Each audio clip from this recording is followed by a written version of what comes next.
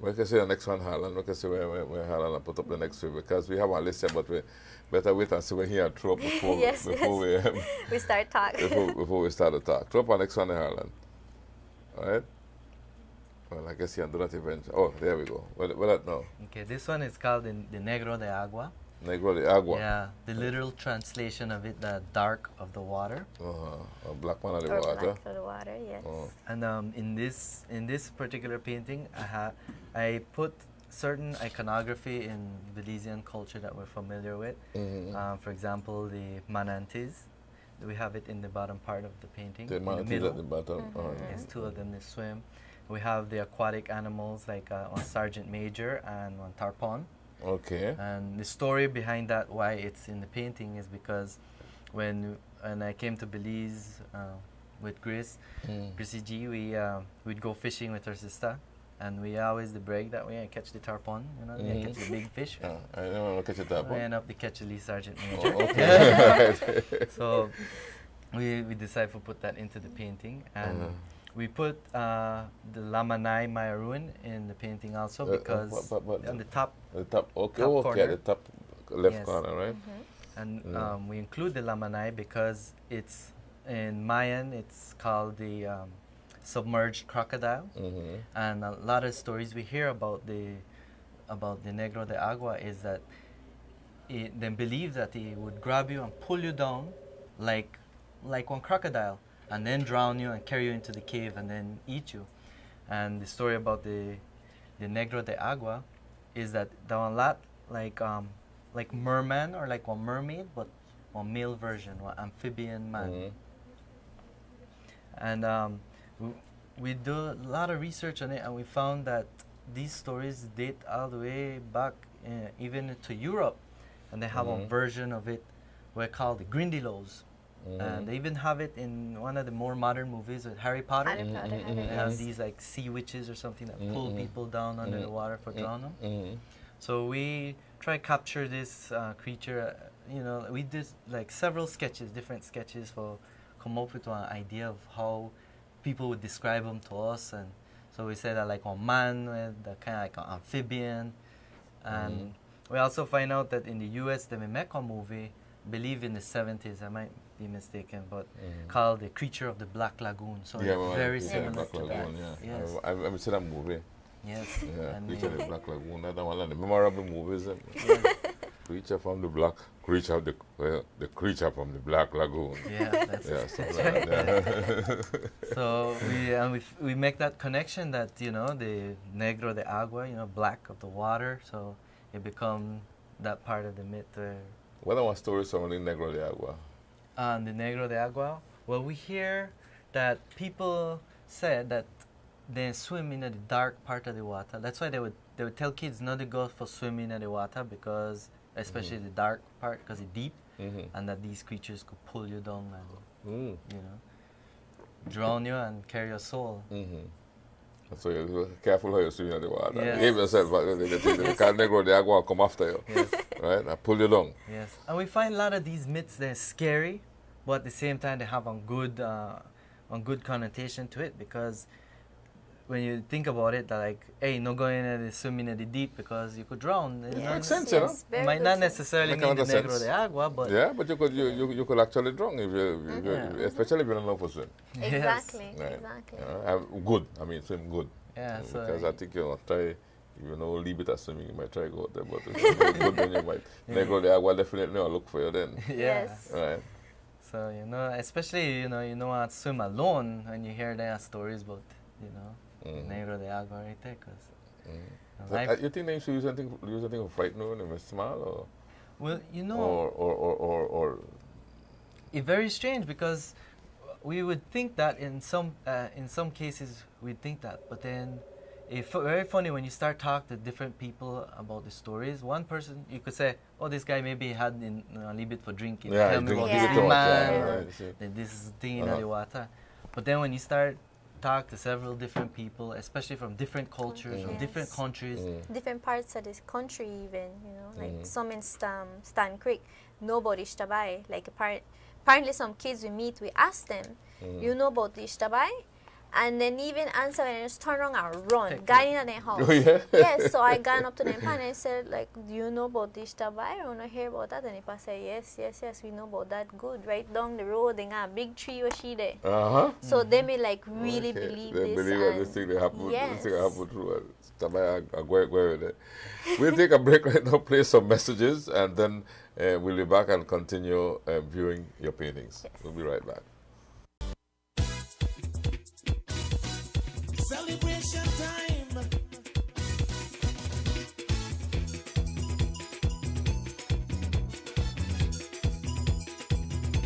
It don't matter what part of the jewel they come from.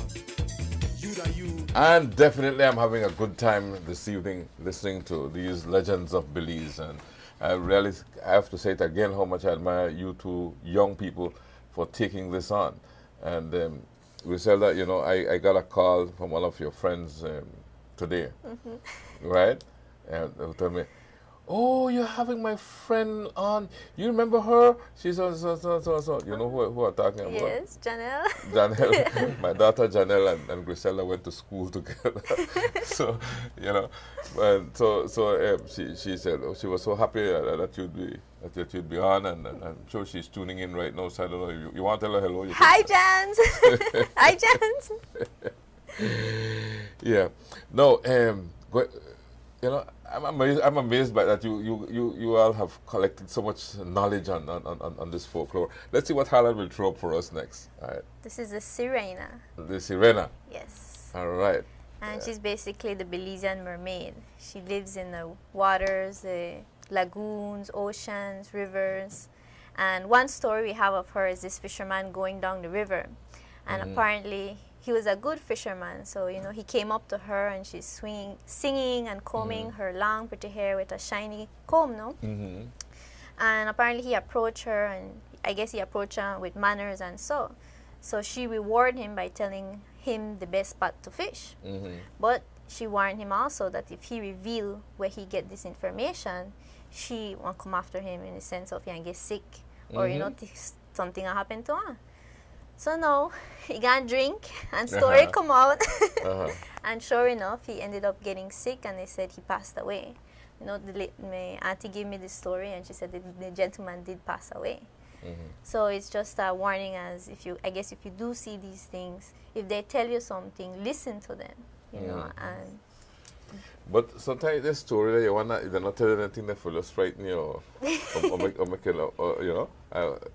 It could be, you know, and we think so in some ways, but like we say, you know, we have encountered people where really, really believe in it. We even have somebody scold it because we made ask about the Tata Duende. And they scold it because they say that like mala aire or something. Mala aire, bad air. Bad air. Yes. Yeah. And they're everywhere. So if you did talk about it, you did like the conjure it up. Yes. Oh yeah. And then we explained to him that, you know, we're the artists and we did document these myths for our culture, and so that's why we did investigate them. And it stays so, you know, like he calmed down. And yes, it did give me like a story about them and just, you know, tell us that you have to respect them because they're the guardians of the jungle, you know. Not go in there and kill up animals like crazy. You take only what you need. Take what you need. But a few days after, he see we again, but he come out with Bex now. And he said because we used to go with the talk about and thing, he get frightened in a jungle and he never catch it there where he need to catch. So he blame me, you know. He blame for that. Yes, and he said that because these spirits made it wrong and, you know, they chase what it there from him, so he never get no there and he don't make no money. He don't make no money. Yes. So he smoke basically. Because like the Sirena again, because I want you to tell me a bit about the painting itself, the artwork and that we're seeing there. Again, the painting, the body is built up by wire, foil, and sculpey, baked again. And her tail is actually done out of those little marbles that you find in pottery, you know, in plants and so. So I used maybe about 6 different kinds or more and built up the tail. And she has a comb in her hand. That's an actual starfish in her hair. The tail is done out of that cellophane kind of material and foil and gel mediums again. All her hair and that waterfall in the back is done with gel mediums. If you see, it kind of look a little sparkly because it's a white metallic color. And even the beads on her dress are how do you call it, an accent in sewing, no? Sewing materials. So I used as much things as I could to help this character come to life. That's a lot of imagination and a lot of work. Yes. Trust me. How long it took you to do this particular one? This one took 6 months, about 6 months. So yes. The way you all have these big paintings and so exhibited somewhere or placed somewhere safe, or how where are they kept? Safely stored in the studio with us. So while we work, they're around us. Okay. Now the studio, where's the address of the studio? It's in Los Angeles. We live in Hidden Hills. It's a community, so we work at home, and our studio is basically in the back of the house. We have a little house that's separated in the back. So we basically go up there in the mornings and stay up there till night just producing. Okay. And you have a lot of people coming and seeing your paintings, and I guess you must do a lot of talking and explaining about these. Yes.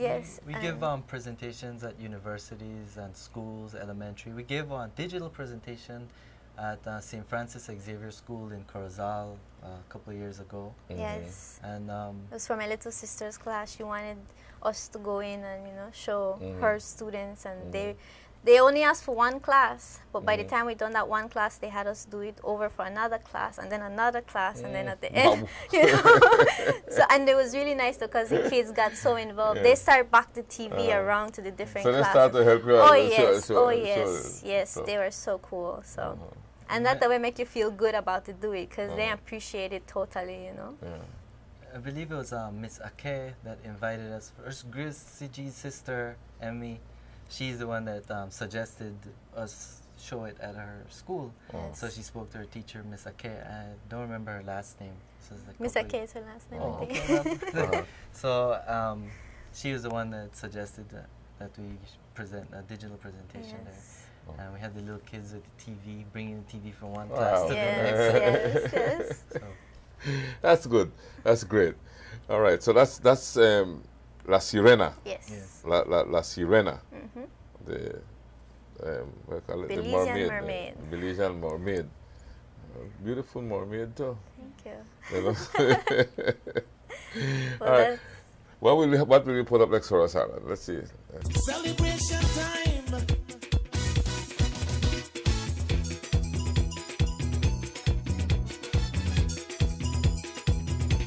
It don't matter what part of the jewel they come from. You that you and me that me. But guess what? All are we the one. See what I mean? Jump and shout all over the nation. We're breaking out with a new creation.